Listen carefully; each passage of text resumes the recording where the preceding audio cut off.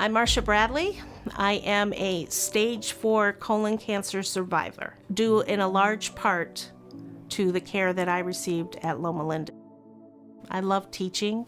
I love working with kids. I'm a wife, and I have 3 wonderful sons.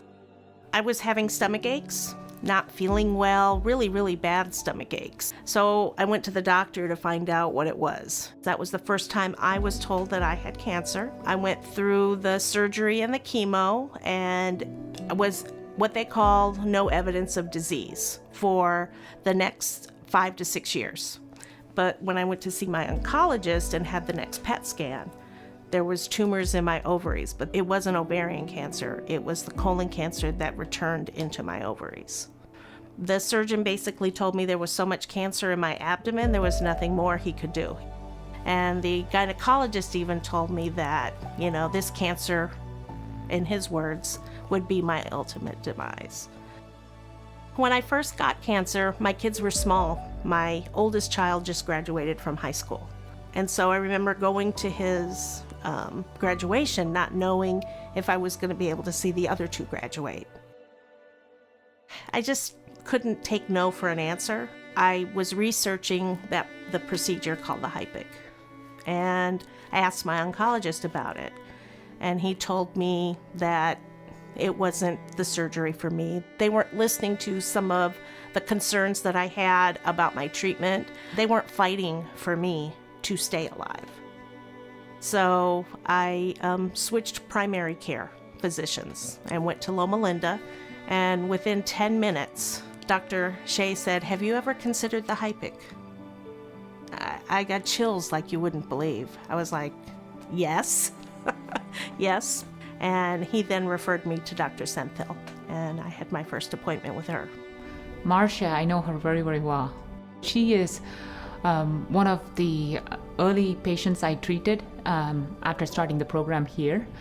And it was very meaningful to me. The reason why I remember her so well is our initial conversation was about her job and what kind of students that she works with. This is someone who's leading a life with purpose, and she now has this stage 4 cancer. What can I do to bring this person back to the society, and as to what it meant for her to become a cancer survivor?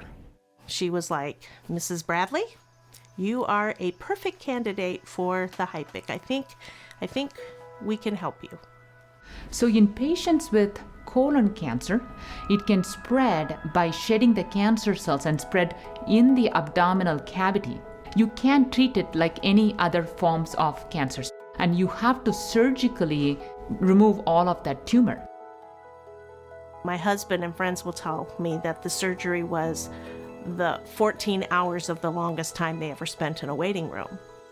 It's kind of like gutting a fish. They open you up. It's called cytoreduction, so they're picking out every piece of visible cancer that they can see inside your body. So you really have to get your hands in there and look for this cancer. And then they put chemo in you, and I call it, that's the marinating phase, to help kill all those little microscopic parts that they couldn't see. Then they sew you back up, and, you pray.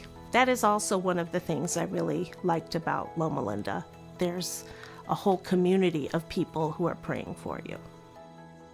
And these are operations not for the faint of heart. You are in an ultimate battle against this formidable foe. About only 5% of people with stage 4 colon cancer live more than 5 years once they get that diagnosis. Had I listened to my first doctor, I might not be alive. I might have made that life expectancy become true.